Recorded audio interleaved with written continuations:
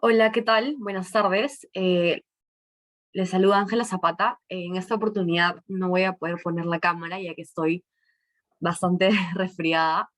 Pero el día de hoy vamos a estar en una sesión de webinar donde vamos a presentar nuestra visión y nuestra perspectiva para el mercado de renta fija y nuestros top picks del mes de enero. Vamos también a analizar el desempeño de la clase del activo durante el 2021 y cuáles son nuestras perspectivas para este año. Contamos con la exposición de Josefina Valdivia, que es la gerente de Research de renta fija, y con Cintia Huacha, que es asociado senior de renta fija. Así que sin más le doy pase a José y a Cintia para que podamos empezar.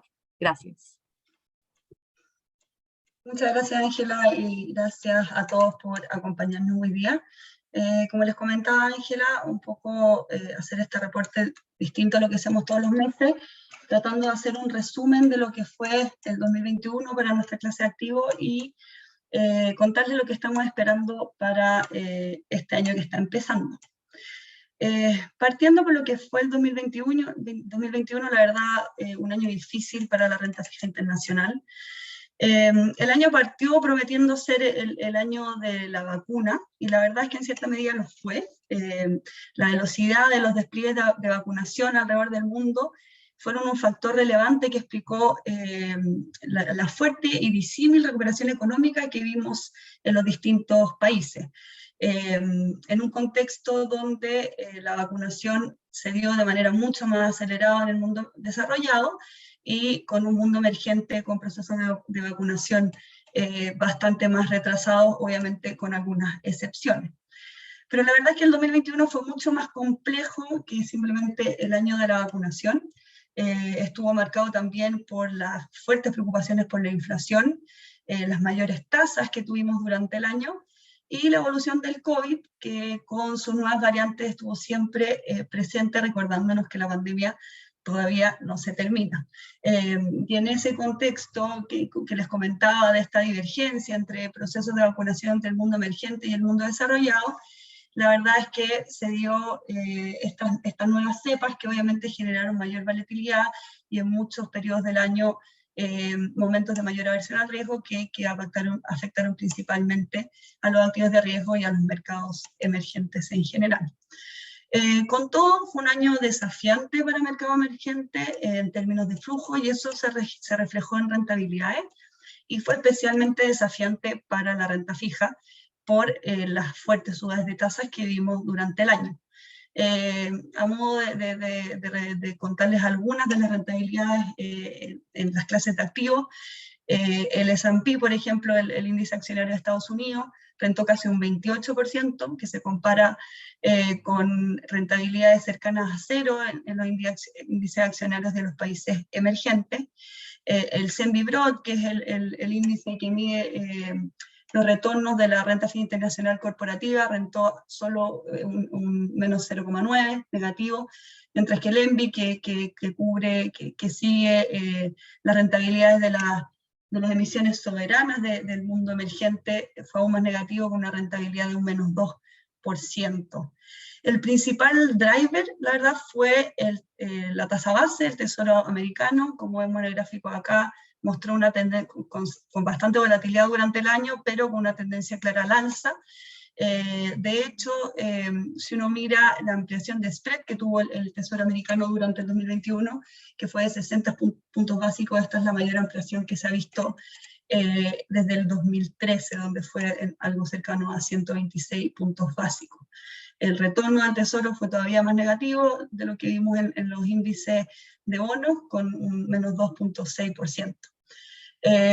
Si miramos los niveles de spread, la verdad es que obviamente hay mucha divergencia en los distintos países y regiones, pero la verdad es que en general los niveles de spread se mantuvieron relativamente estables en el mundo emergente. Vimos una ampliación de tan solo 15 puntos básicos, que estuvo principalmente dado por el ruido en China, con todo el ruido del sector inmobiliario. Y la verdad es que si excluimos eso, el CENBI, la verdad, estuvo bastante estable en términos de spread durante el año, lo que refleja un poco lo que les comentaba, que el principal impacto estuvo dado por el alza de la tasa base del Tesoro americano a 10 años, que es la tasa de referencia para esta clase de activos. Mirando un poco lo que pasó hacia fines del año, la verdad es que en noviembre tuvimos un movimiento de risk-off asociado a la llegada de la nueva variante del COVID, que en diciembre la verdad un poco se disipó y tuvimos un diciembre bastante positivo en general para la clase de activos. El CEMBI LATAM rentó un 1.5%, terminando el año en una nota positiva. Con lo que terminó el año al final del día con una rentabilidad cercana al 0%, pero en terreno positivo. La verdad es que a pesar del ruido respecto a la variante, al parecer a medida que el mercado se fue dando cuenta que no era tan letal como variantes anteriores del COVID, la verdad es que los temores respecto a cuarentenas muy fuertes hacia adelante y sobre todo en países emergentes se fueron disipando, y eso un poco llevó a que cerráramos el año con una mejor disposición al riesgo en general en los mercados internacionales. Ahora si miramos cómo estuvo el 2021 en términos de flujos, la verdad es que si miramos los flujos hacia mercado emergente durante 2021, tuvimos una salida de casi 13 billones, muy por debajo obviamente de lo que vimos el 2020, con todo el ruido de la pandemia, pero todavía no estamos viendo una recuperación fuerte de las salidas que hemos visto en el último año. Y la verdad se reflejó que va en línea con lo que les comentaba anteriormente en referencia a las rentabilidades que vimos en general para el mundo emergente.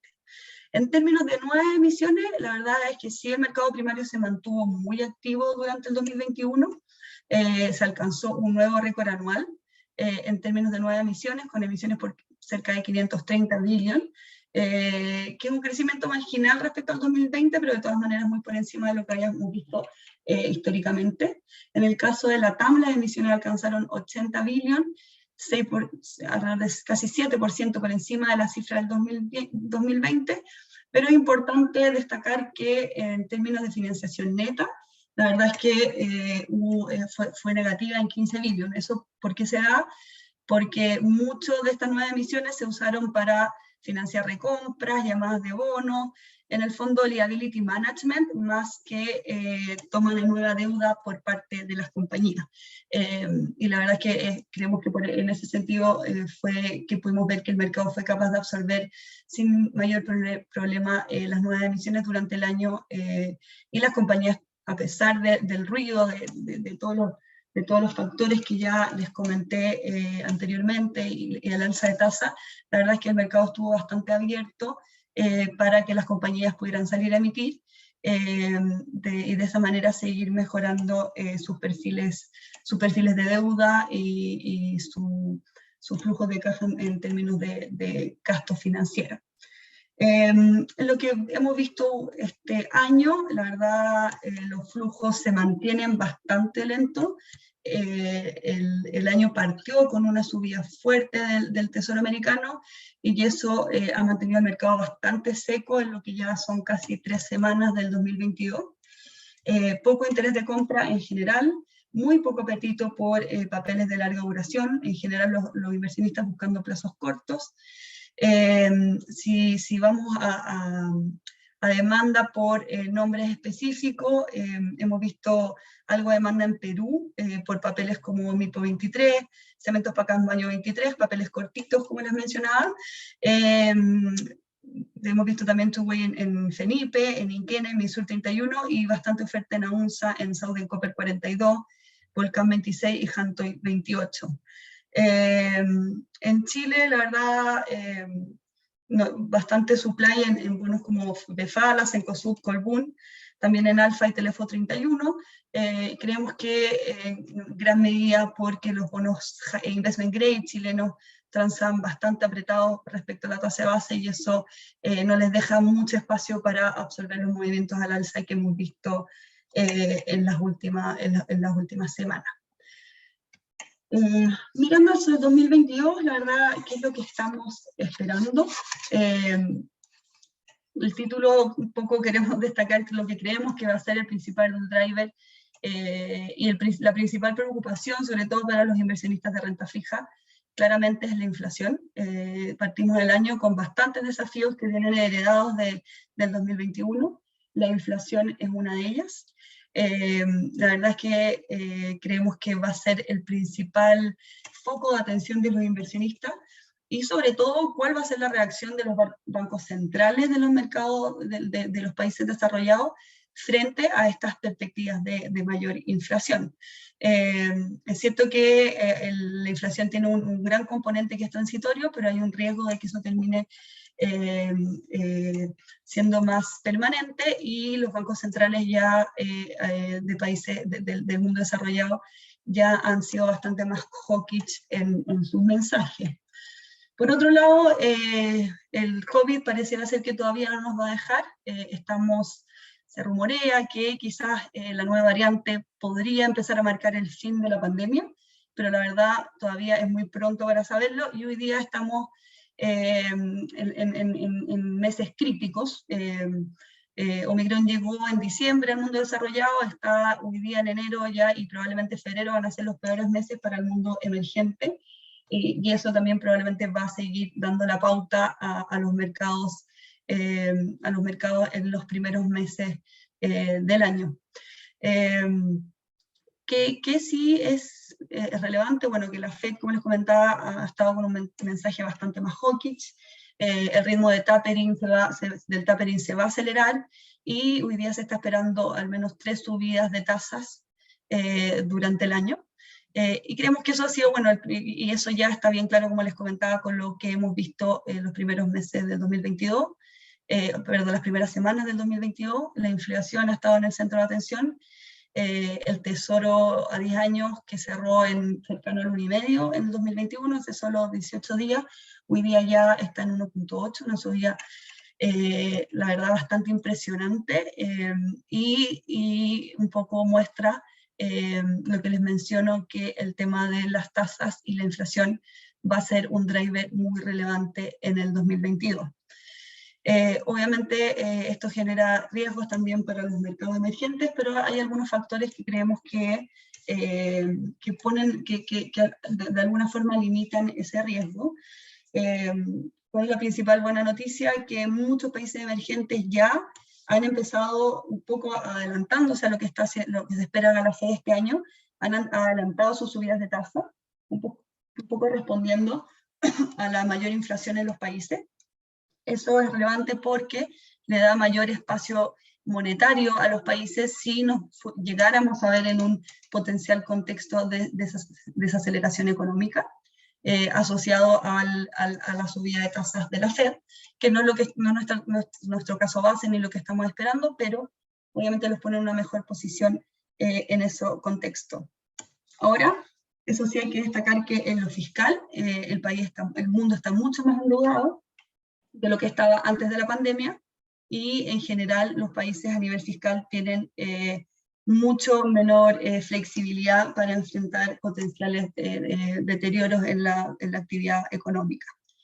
Va a ser muy relevante también cómo se va evolucionando el dólar, dado que tenemos un mundo emergente más endeudado principalmente en dólares, que también podría generar presión. Y finalmente también estamos esperando un año de mayor estabilidad en los precios de los commodities, no especialmente de fuertes caídas, pero sí de mayor estabilidad luego de un 2021 que fue bastante espectacular en general en términos de crecimientos de los precios. Todas estas tendencias macro que se mencionan a nivel global se están desarrollando en un contexto de fundamentos corporativos muy sólidos en nuestra región. Las empresas han venido construyendo balances muy fuertes, una gestión activa de sus pasivos, como veíamos en la diapositiva anterior, en términos de salir a emitir, de salir a buscar mejorar los perfiles de vencimiento y conseguir mejores tasas. La verdad es que ha ayudado bastante. Pero también en general nuestra región se vio muy beneficiada en el 2021 por los mayores precios de los commodities, y también por la mayor liquidez que se ve a nivel local, dado el apoyo fiscal y monetario que se dio para enfrentar la pandemia. Por lo tanto, a pesar de todos los riesgos que les estoy mencionando, principalmente el de la inflación y el ruido y el potencial volatilidad que pueda seguir teniendo la pandemia, la verdad es que sí creemos que hay bastantes oportunidades en nuestra región. Es cierto que los spreads, si vemos el gráfico de abajo a la derecha, los spreads, la barra gris nos muestra cuánto estaban al cierre del 2021, están algo por encima de lo que fueron los niveles pre-COVID, pero no mucho más arriba, lo que nos dice que probablemente no hay un espacio para compresión fuerte de spread que pueda compensar de manera relevante las subidas de tasa. Creemos que en algunos casos sí hay espacio, que hay países y sectores que están transando con niveles de spread amplios, y en ese sentido creemos que hay oportunidades.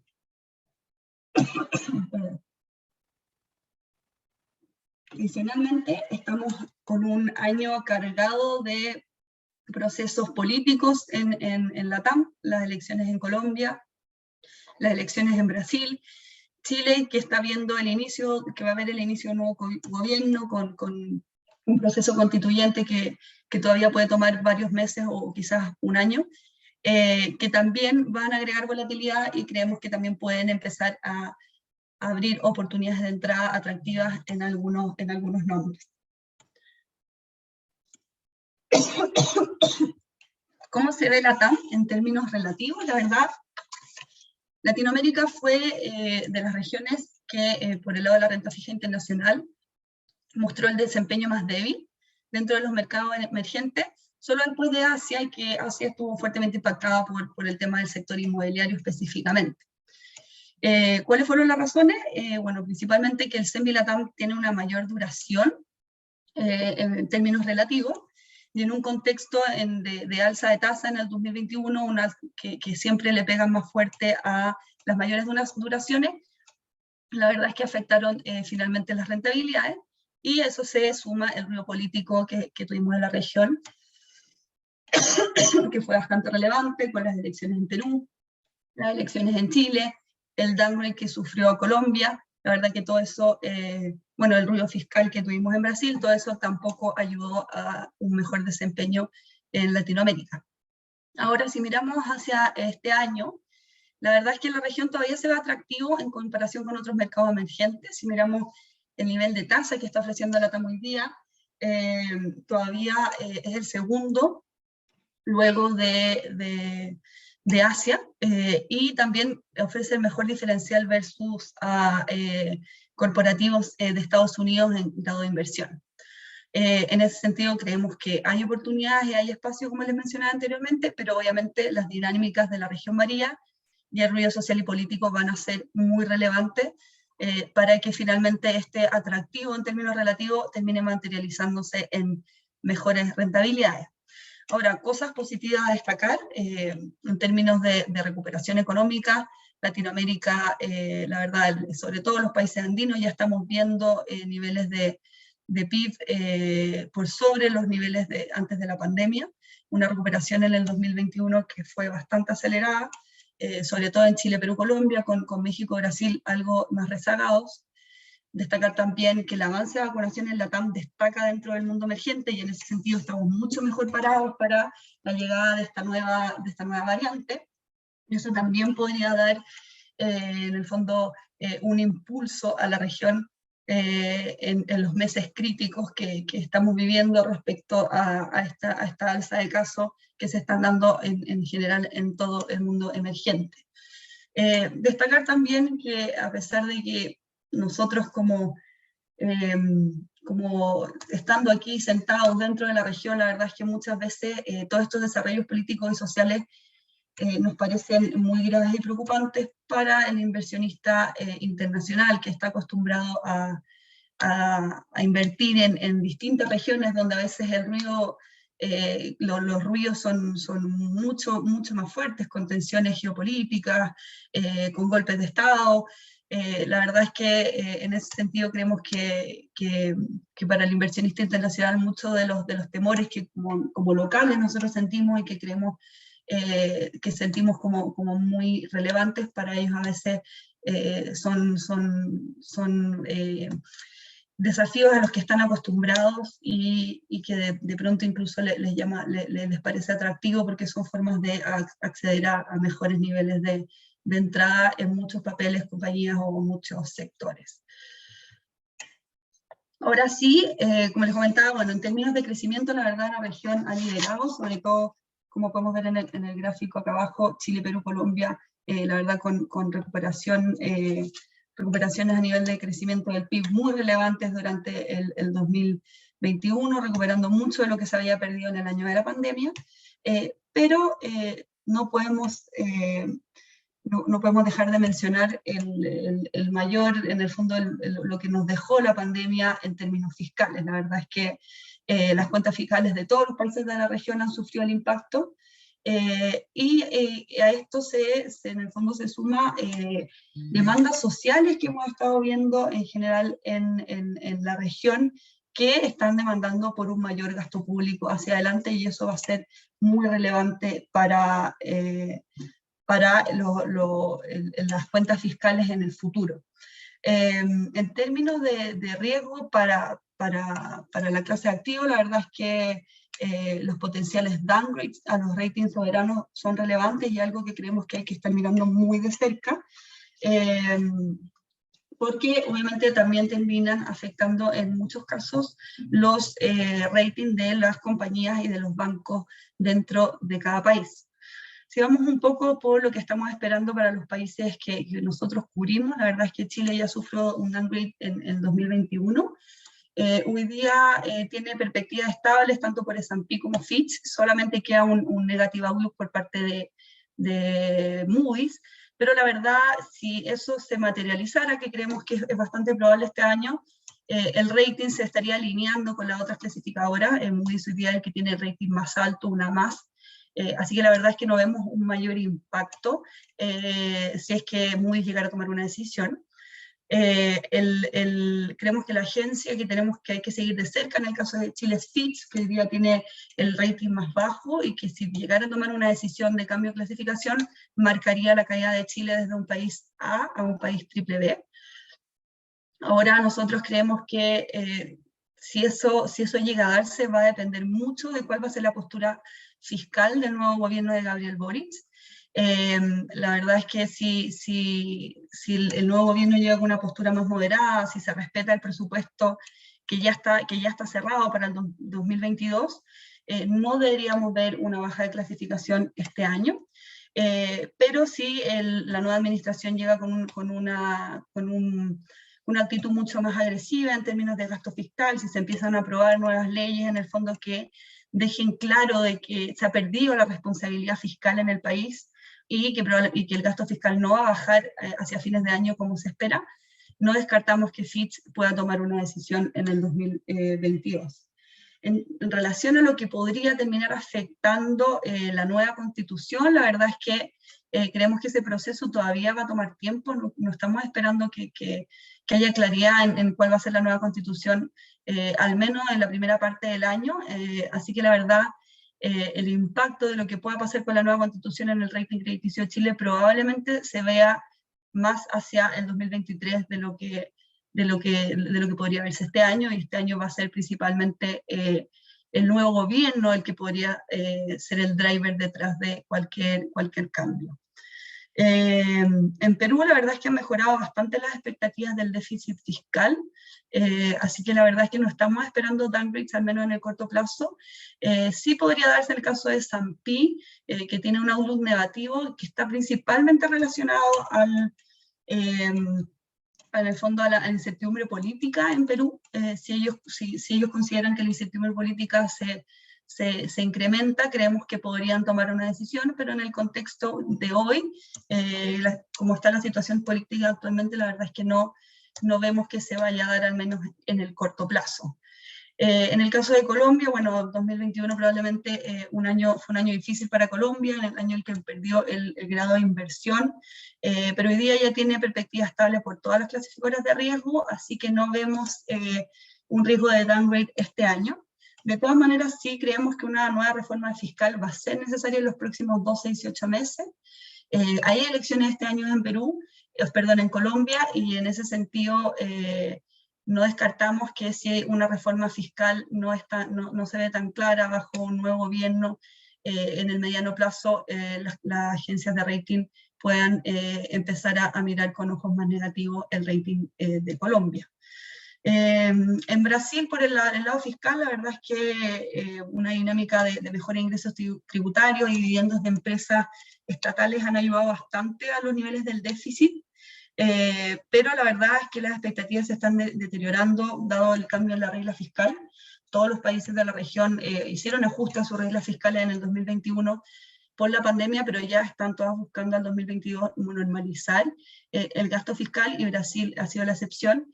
Y en ese sentido tampoco descartamos que si eso se sigue deteriorando, las agencias de rating no empiecen a tomar decisiones más negativas.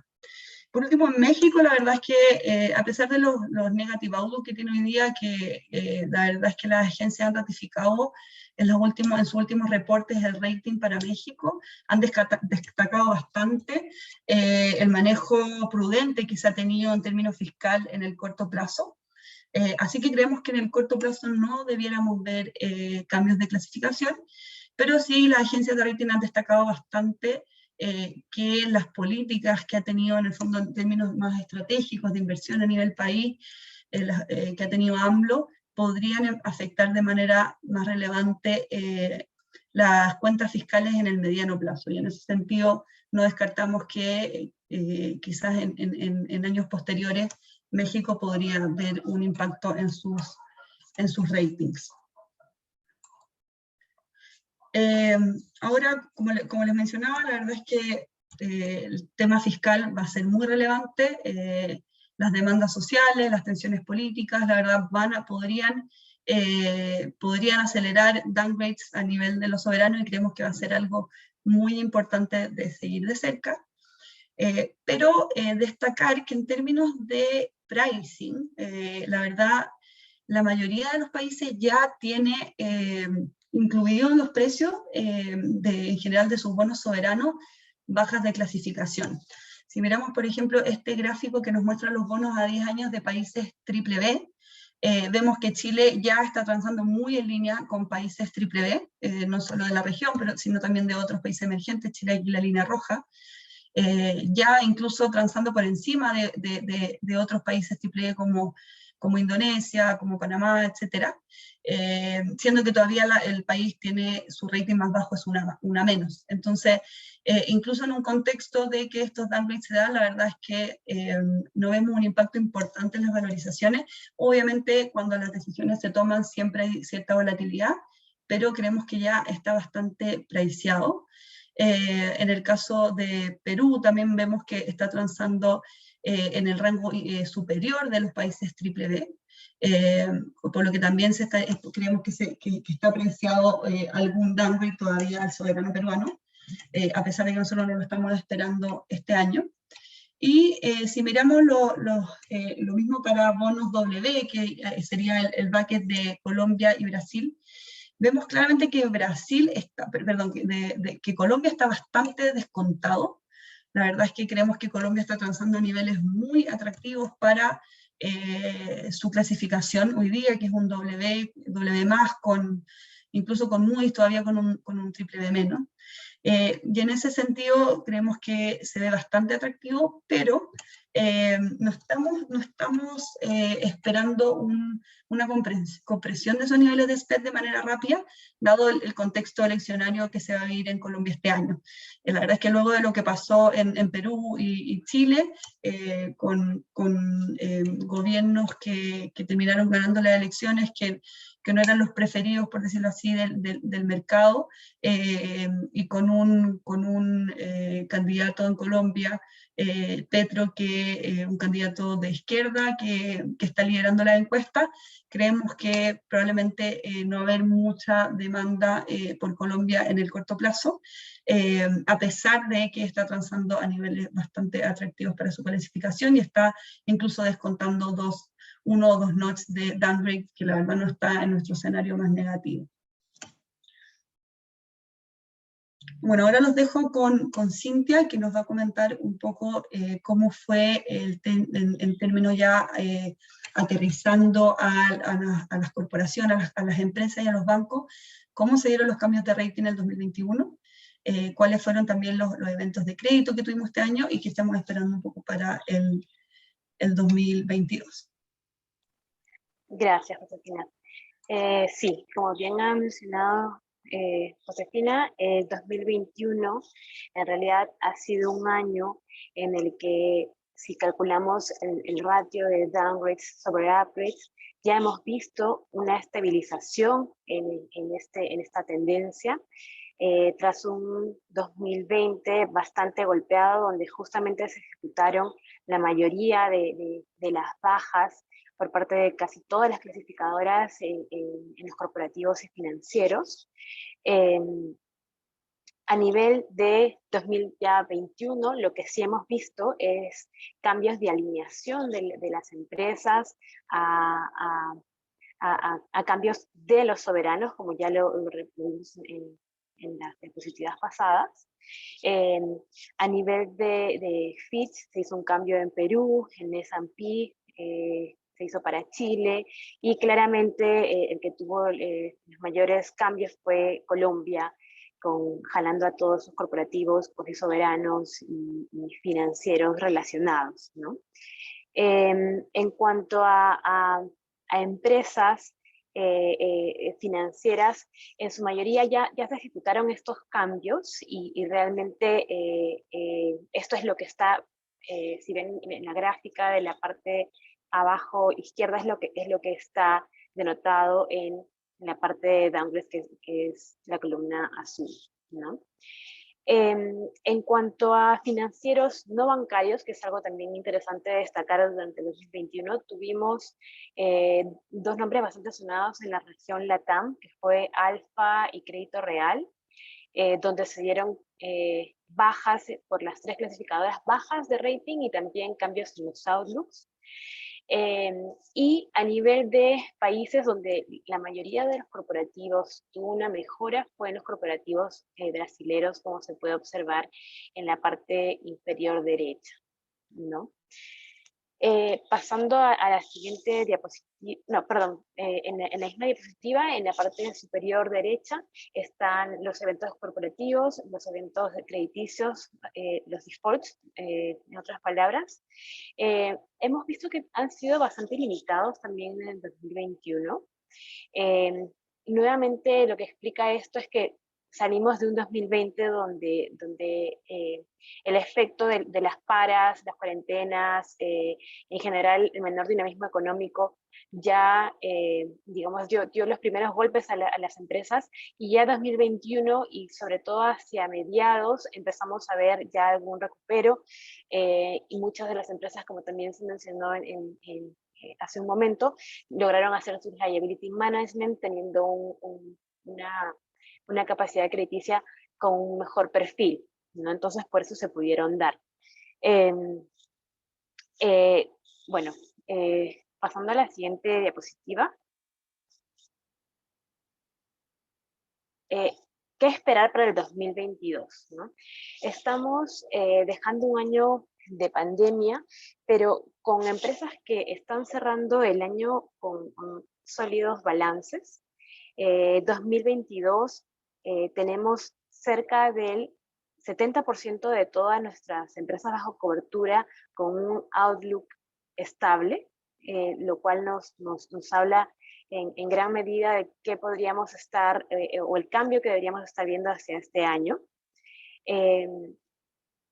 Lo que aún tenemos quizá en outlooks negativos podría estar un poco explicado por algunas alineaciones que se puedan hacer, y en los outlooks positivos también algunas mejoras de casos puntuales que han logrado sortearse durante este año.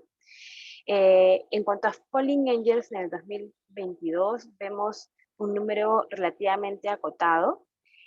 Ya gran parte, repito, hubieron muchas caídas por el riesgo soberano de Colombia, y en la región latinoamericana, bajo nuestra cobertura, tenemos solo el caso de IFS, donde tiene perspectiva negativa por S&P, que podría caer, ¿no? Mientras que en el caso de Ecopetrol y EPM, también de ejecutarse una baja de BBB- a BB+ por Moody's, en realidad solo estaría dándose un alineamiento, porque ya el composite está en BB+, por lo que no deberíamos estar viendo un gran impacto en el mercado, en el pricing de estos bonos, ¿no? Mientras que en cuanto a empresas que podrían dar este pase al mundo del investment grade, tenemos nombres como Minsur, está más que todo la nueva emisión, ¿no? Porque la otra ya fue llamada la nueva emisión, que está calificada por Moody's y Fitch. En el caso de que Moody's se alinee a Fitch, que muy probablemente las próximas revisiones podrían darse a mitad de este año, digamos, ya habiéndose cumplido varios de los checks que se les estaban pidiendo a la empresa, podría hacer esta mejora, ¿no? Entonces, eso también en gran parte, y bueno, por la fortaleza que ha tenido la empresa, ha hecho que este sea uno de los papeles que ha traído más flujos durante la parte final del año anterior y bueno, las primeras semanas de este año. Adicionalmente, otros nombres que podrían tener algunas mejoras son Cemex, BRF, Cencosud, CMPC y Volcam. Sin embargo, es importante indicar que en estos casos también va a depender mucho del management de los propios criterios crediticios que se den en cada una de estas empresas durante este año, ¿no? Pasando a la siguiente diapositiva, lo que hemos querido es mostrar un poco cómo han quedado las distribuciones por sector económico y cuáles son las expectativas para el apalancamiento en cada una de las empresas bajo nuestra cobertura. A nivel de banca, lo que queremos es resaltar que los principales bancos de toda la región latinoamericana han cerrado bueno, o están por cerrar el año porque ya pronto sale el 4Q 2021.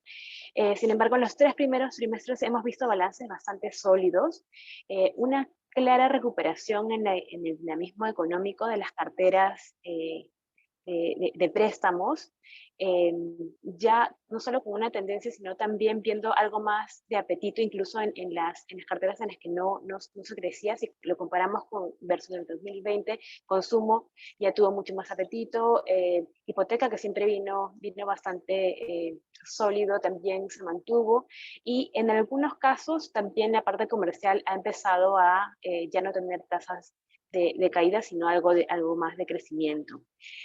Todo este crecimiento además ha venido acompañado de ratios de mora bastante, con una tendencia a mejora.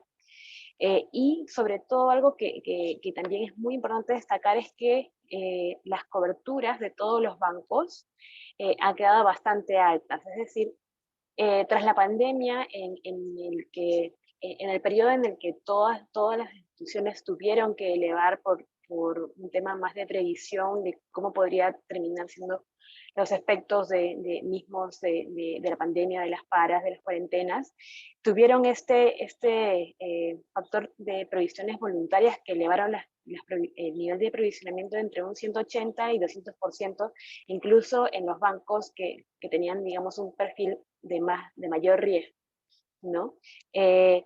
Ya caminando durante 2021 y pese a que ha habido como repito, un mayor dinamismo en las carteras, no se ha retrocedido en las coberturas y estamos empezando el 2022 con niveles de provisionamiento bastante holgados. A nivel de la rentabilidad de los bancos, también hemos visto sorpresas bastante positivas durante el año, no solo en la primera línea, en el NIM, donde claramente ahí van a estar los efectos de colocar más y de que tengas mejor cobrabilidad de los préstamos, sino que también hubieron unas sorpresas al alza cuando los costos de riesgo se empezaron a limitar un poco más durante el año, a vistas de que las variables macroeconómicas no llegaron a ser tan ácidas como se habían estimado en los modelos internos de scoring que tenían los bancos, ¿no? Entonces todo esto hizo que tengamos niveles de utilidad neta bastante positivos que estuvieron moviendo tanto el precio del mundo de la renta variable como también traducidos acompañando el tema en ciertos periodos, el tema de los spreads de los bancos más grandes de la región latinoamericana, incluyendo Colombia, Perú y México, que es donde estamos con mayor cobertura. El otro indicador que es muy importante para nosotros desde el mundo de la renta fija es la solvencia. También en este indicador lo que nos ha dejado el año es ratios de Tier 1 y ratios de capital total bastante sólidos. Y este punto es muy relevante porque tenemos muchas emisiones que están atadas a cláusulas relacionadas al capital Core Tier 1, ¿no? Entonces, y donde hemos tenido recomendaciones de compra justamente esperando que siempre defiendan estas posiciones y teniendo estructuras quizá un poco más volátiles, pueda tener un asidero en la parte fundamental, ¿no? Y la verdad es que el performance ha sido bastante bueno y esperamos que, si bien este año va a requerir de mayor capital, porque justamente vamos a tener algo más de dinamismo económico, los niveles no retrocedan significativamente, deberían mantenerse, toda vez que también gran parte de las utilidades debería tener este mismo ritmo de buenos resultados y que esto entre también a tallar en puntos básicos en los niveles de capitalización. Hacia el 2022 esperamos que ya tengamos las cifras full year ya similares a lo que era en periodos de prepandemia, ¿no? En todo este periodo, si bien han habido mejoras, todavía no nos hemos encontrado, digamos, en términos globales o consolidados para los bancos en ratios que se tenían antes de la pandemia. En el 2022, ya hacia mitad de año, ya deberíamos tener este full year effect. Pero también es muy importante que igual destaquemos que temas críticos van a ser el factor sociopolítico en la región latinoamericana, sobre todo en la región andina, donde se necesita mucho de esta tranquilidad, digamos, a nivel de este aspecto para poder reactivar sobre todo el sector privado y las colocaciones en las carteras de los bancos ahí. Es el driver que tiene mayor espacio para crecer, que tuvo crecimientos más tímidos y donde podríamos, si se dan las condiciones adecuadas, tener un boost bastante interesante para el 2022. En el caso de los financieros no bancarios,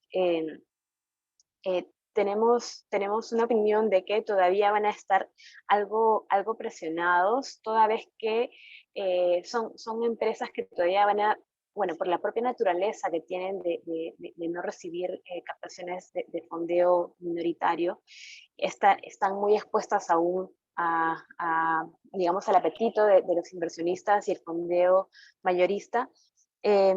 Puntualmente me refiero a crédito real, por ejemplo. No vamos digamos, no esperamos solo que se mejoren las cifras, que es algo que han anunciado que van a estar trabajando durante este año, sino que se den dos drivers muy importantes. Uno es poder refinanciar los vencimientos de corto plazo, que es bastante clave y que debería darse en la primera mitad de este año. Pero además también esperamos que se mejoren mecanismos cualitativos como la transparencia, la mayor cercanía y la inclusión de muchos puntos que dejaron dudas durante el 2021 y se incorporen como una manera regular de disclosure en sus reportes para el mercado, ¿no? Para poder recuperar esta confianza y poder tener una operativa más similar a la que tuvimos antes de la pandemia, ¿no? le doy el pase a Josefina para que nos cuente un poco más de los corporativos y el vivo ahí. Gracias, Cintia. Sí, por el lado de los corporativos, la verdad, como ya mencioné antes en la presentación, las compañías están empezando el año con balances bastante fuertes. La verdad es que no estamos esperando eventos de créditos relevantes. Son pocas las compañías en Latinoamérica que hoy día están transando a niveles de estrés. Son de hecho dos las que podemos identificar en niveles de estrés, me refiero a nivel que los bonos están transando con precios por debajo de 70. Y la verdad, en general, es bastante, se repite en todos los sectores, niveles de apalancamiento bastante bajos, posiciones de liquidez relevantes y perfiles de deuda, la verdad, bastante fuertes. En general, el 2021 fue muy bueno para todas las compañías vinculadas a las materias primas, que abundan en general ese tipo de compañías en Latinoamérica, y también las compañías que tienen las demandas internas de consumo se vieron muy beneficiadas a las políticas fiscales y monetarias para enfrentar la pandemia. La verdad es que si uno mira la tabla que tenemos aquí a la derecha, quizás uno puede ver mucho rojo y que podría asustarse, pero la verdad es que no estamos esperando un deterioro importante en los niveles de apalancamiento de estas compañías que quizás estamos poniendo en rojo, sino más bien una normalización. Muchas de estas compañías, sobre todo las asociadas a commodities, tuvieron un 2021 extraordinario en términos de márgenes, y en ese sentido también hubo una generación de caja importante que ayudó a reducir los niveles de deuda, y a medida que estos precios se van normalizando este año, deberíamos ver una tendencia negativa en el apalancamiento, pero hacia niveles más normales, no hacia un deterioro. Obviamente va a ser muy relevante en muchos de los casos ver las decisiones que tome cada una de las compañías en términos de en qué van a usar esta mayor caja que consiguieron en el fondo durante un muy buen año en términos de precio, y ahí existe siempre el riesgo de mayor actividad de M&A, que podría poner una posición más negativa si los márgenes se deterioraran más allá de lo que estamos esperando. Si uno mira, por ejemplo, también en términos de negative outlooks por sector, la verdad es que lo único que destaca acá en general es financieras en negativo, que es S&P acá, pero está totalmente linkeado a los negative outlooks que tiene hoy día S&P en algunos soberanos latinoamericanos, que como mencionábamos siempre, los bancos están directamente linkeados a estos ratings del soberano, no un tema fundamental al final del día, sino más técnico. Y algo más aquí por el lado de Moody's en Oil and Gas, pero son temas muy específicos de ciertas compañías dentro de la TAM, más que un view negativo respecto a los precios del petróleo hacia el 2022. De hecho, en general nosotros hacia las compañías de petróleo estamos esperando una tendencia bastante neutral, como se puede ver en esta tabla. ¿Cuáles van a ser los principales riesgos en general para las compañías? Como les mencionaba, esta volatilidad, una mayor volatilidad de los precios de los commodities. Nosotros no estamos esperando un deterioro importante, pero sí un año sin los crecimientos que vimos en 2021, y siempre está el riesgo de que el deterioro sea mayor a lo que estamos esperando. Los cambios regulatorios a nivel de la región van a ser muy importantes también, sobre todo en un contexto político desafiante. En Perú ya vimos el impacto que puede tener eso en los bonos de distintos sectores, cuando Castillo llegó al poder con un discurso bastante agresivo hacia recursos naturales, vimos una volatilidad fuerte en los bonos asociados al gas y a la minería, incluso en algunas compañías de utilities, y eso también podría ser un driver en Chile, en un proceso constituyente y con un nuevo gobierno.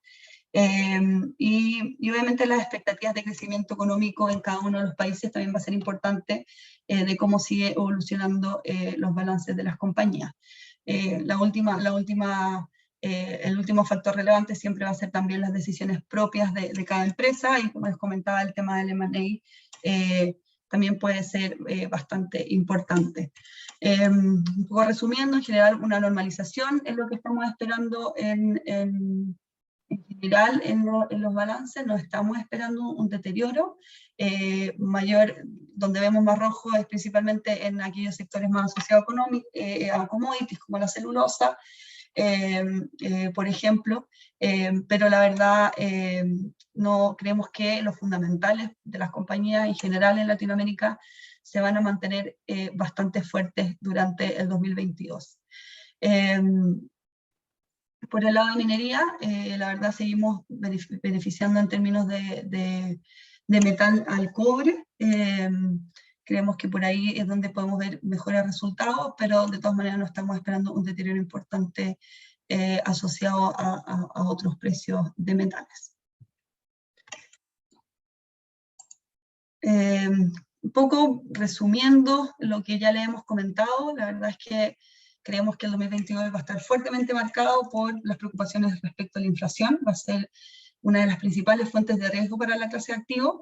El tema de la pandemia también va a seguir agregando volatilidad, pero dado el avance de vacunación que tenemos en Latinoamérica, específicamente en los países que hemos mencionado, la verdad es que creemos que ese riesgo va a estar bastante acotado. Bajo ninguna perspectiva estamos esperando niveles de restricciones a la movilidad como las que vimos anteriormente, y la verdad es que nuestro equipo económico, incluso con las cifras altas de contagios que estamos teniendo en los países, no se están haciendo ajustes a las expectativas de crecimiento a ninguno de nuestros países. Obviamente la pandemia siempre es muy impredecible y esto puede cambiar, pero eso es un poco el view que tenemos en este minuto. La verdad es que estas volatilidades en la tasa base, como las que hemos visto en las primeras semanas del año, van a seguir probablemente influyendo mucho los flujos, secando el mercado en algunos minutos del tiempo, pero sí creemos que en Latinoamérica hay oportunidades atractivas, que la región se ve atractiva en términos relativos frente a otros mercados emergentes. En un contexto de subidas de tasa, eso se va a volver aún más relevante. El hecho de que los fundamentos de los corporativos LATAM se mantengan tan fuertes y que no estemos esperando un deterioro hacia adelante, también creemos que va a dar un buen soporte a nuestra región. Pero de todas maneras va a ser un año desafiante y creemos que la selectividad va a ser muy clave en lo que va del año, cómo se va jugando en el fondo la cartera en términos de duración. Hay que ser muy activo en cómo se maneja la duración frente a estos movimientos de la tasa base, y también el posicionamiento tanto por sector como por país. Hoy día en nuestra cartera estamos con si vemos el posicionamiento por país, la verdad estamos con un underweight Colombia, a pesar de que vemos al país bastante barato en términos relativos. Creemos que no va a haber un impulso fuerte en Colombia hasta que haya mayor claridad con lo que va a pasar con las elecciones, y por eso al menos en los primeros meses del año estamos reduciendo en algo la exposición. En Chile también estamos manteniéndonos bastante acotados, hasta tener más luces de cómo se va a manejar el nuevo gobierno. El nuevo gobierno va a anunciar el gabinete en los próximos días, y eso va a ser bastante importante para las expectativas dentro del país, y ahí quizás podríamos ver con algún mejor ojo tomar mayor posiciones en Chile. En Brasil estamos con una exposición alta, pero porque estamos principalmente apostando por compañías con dinámicas mayormente internacionales, compañías fuertemente exportadoras y con poca dinámica con poca exposición a la dinámica interna, perdón. O compañías que tienen algún trigger específico, y por último con una mayor exposición a Perú, que creemos que el país todavía está transando a niveles atractivos en términos relativos, obviamente asociado al ruido político, pero la verdad es que es un ruido político que hemos visto ha ido cayendo de manera importante en los últimos meses. Creemos que la probabilidad de cambios estructurales relevantes durante el gobierno ha bajado, la probabilidad de eso ha bajado de manera radical desde que Castillo asumió el poder, y en ese sentido creemos que hay oportunidades en bastante corporaciones, empresas y bancos peruanos de cara al inicio del año. Por último, voy a avanzar un poco para mostrarles un poco cuál es la cartera que estamos considerando para este año. La verdad, como les comentaba, dado el ruido que hoy día tenemos respecto a la tasa base, estamos optando por nombres que creemos tienen triggers bastante específicos y que en ese sentido pueden ser más defensivos frente a la volatilidad de tasa. En ese sentido, por ejemplo, está el caso de Bancolombia, el bono Bancolo 27, que ha estado bastante descontado, que creemos que la probabilidad de un call es alta y que está transando a niveles muy atractivos respecto al call. El caso de Brasil Foods, en Brasil, que acaba la Junta de Accionistas acaba de aprobar un aumento de capital que creemos que podría ser muy relevante para la estructura del balance de la compañía y podría cambiar de manera importante los fundamentales. El caso de Minsú, ya mencionaba Cintia, que creemos que es un candidato para convertirse en investment grade durante este año, y además está expuesto a las dinámicas del cobre, que es uno de nuestros metales preferidos para el 2022. Y así un poco en el fondo son los casos que estamos tomando donde vemos un trigger específico. En Perú, algunos bancarios donde vemos que creemos que están transando a niveles atractivos en términos relativos. En Chile, Cencosud 27, la verdad es que creemos que es una compañía con muy buenos fundamentales y que está mostrando atractivos niveles de entrada hoy día. Una buena oportunidad para tomar exposición a una compañía con una muy buena historia de crecimiento. Susano, lo mismo a niveles atractivos de entrada, y Braskem, que acaba de alcanzar el investment grade, que creemos que eso también va a seguir dando algo de soporte al bono. Obviamente la volatilidad en tasa base puede ir afectando un poco nuestras recomendaciones por el lado fundamental, sobre todo aquellas de mayor duración, y eso ahí es algo que también tenemos que ir monitoreando durante el año. Para terminar, mostrarles simplemente cómo ha sido el rendimiento de la cartera. La verdad es que el 2021 cerramos con un rendimiento de casi un 1,5% positivo en nuestra cartera de Top Picks versus el CENBI Latam, que rentó un 0,2% durante el año. Nosotros también hacemos un índice ajustado que considera en el fondo la rentabilidad de la región andina, que es donde tenemos nuestra principal cobertura. Ese índice muestra un rendimiento de menos 1%, bastante por debajo del CENBI, y nuestro Top Picks también muestra una rentabilidad bastante por encima de eso. Con eso, bueno, termino la exposición. La idea es dejar tiempo para preguntas. De hecho, acá veo que ya hay algunas, las voy a ir respondiendo, pero si alguien tiene cualquier otra pregunta, que la vaya, por favor, poniendo en el chat. La primera pregunta dice, ¿cuáles crees que son las razones por qué Colombia está operando como doble de menos? Mira, yo creo que hay razones técnicas. La oferta de bonos corporativos colombianos no es muy amplia. Son principalmente bonos bancarios y algunos corporativos que, bueno, Ecopetrol es el más grande, que está asociado al soberano y obviamente está muy linkeado al ruido del proceso eleccionario en Colombia. Yo creo que eso lo ha tenido bastante presionado, a pesar de que en términos absolutos la verdad es que consideramos que Ecopetrol está transando a niveles muy atractivos. Si miramos términos de tasa versus un Petrobras, por ejemplo, creemos que Ecopetrol está transando a muy buenos niveles, por el lado de tasa y considerando el fundamental de la compañía, pero claro, en nivel de spread versus el soberano, la verdad no se ve tan barato, y eso está un poco asociado al temor a este proceso eleccionario que creemos que va a tener presionado los flujos a Colombia un buen tiempo. También se dio que el downgrade de Colombia que tuvimos el año pasado, obviamente generó bastante for selling, pero en un contexto de flujos débiles en la región, en general en la clase de activo, ese for selling no fue tan simple. Muchas carteras que todavía tenían mucho Colombia y que no pudieron deshacerse un poco de sus posiciones, también ha tenido bien presionado a Colombia, y creemos que eso puede también un poco explicar los niveles de spread a los que está transando. Pero como digo, es principalmente un tema técnico. Bueno, y lo que comentaba, que hay pocas ofertas de bonos corporativos colombianos. Ecopetrol tiene una oferta grande, pero muchos bonos que quizás en términos de liquidez no son los más atractivos, y en ese sentido hace que sea más difícil que los precios se reflejen bien en los niveles de spread a los que está transando. De todas maneras, creemos que hay oportunidad en Colombia, pero como les digo, no vemos los flujos recuperándose de manera fuerte hasta que haya una mayor claridad en el proceso eleccionario, y dependiendo de quién también sea elegido presidente, bueno, mayor claridad en cómo sería ese nuevo gobierno. La otra pregunta que veo, bueno, ¿qué sectores están viendo posibles M&A?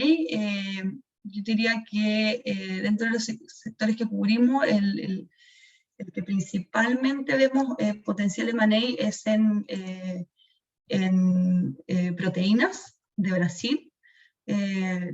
Bueno, ya Marfrig está tratando de entrar con un mayor porcentaje a Brasil Foods, y la verdad es que no descartamos que sigamos viendo adquisiciones dentro de esa industria, sobre todo porque las compañías están con niveles de apalancamiento históricamente bajos y están con muy buena liquidez, y probablemente van a aprovechar oportunidades para en el fondo aprovechar el fuerte perfil crediticio que están teniendo hoy día. Yo te diría que ese es de los sectores donde vemos mayores posibilidades de M&A.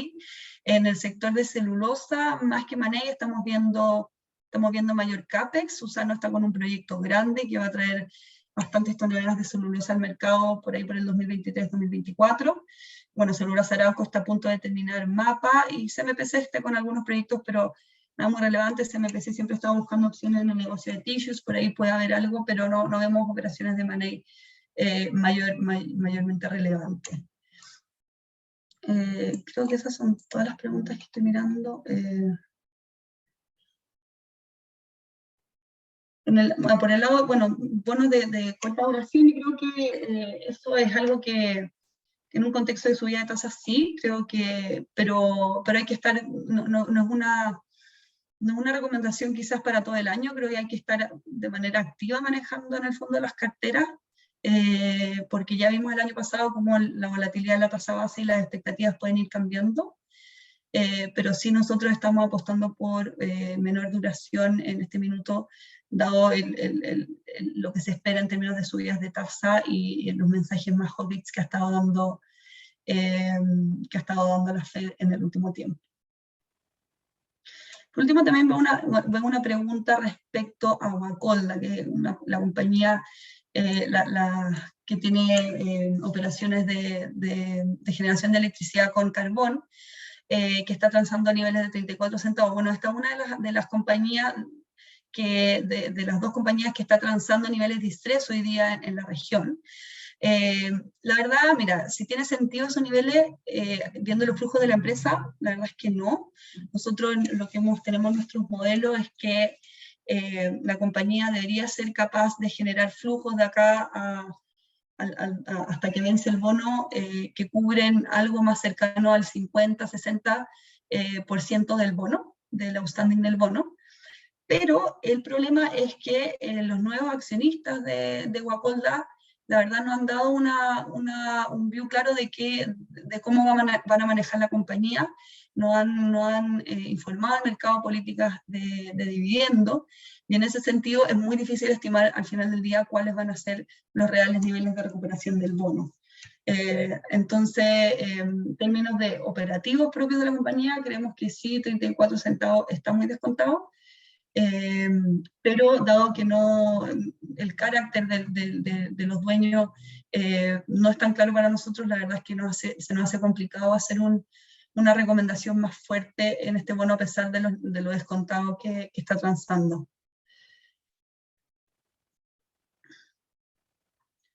Creo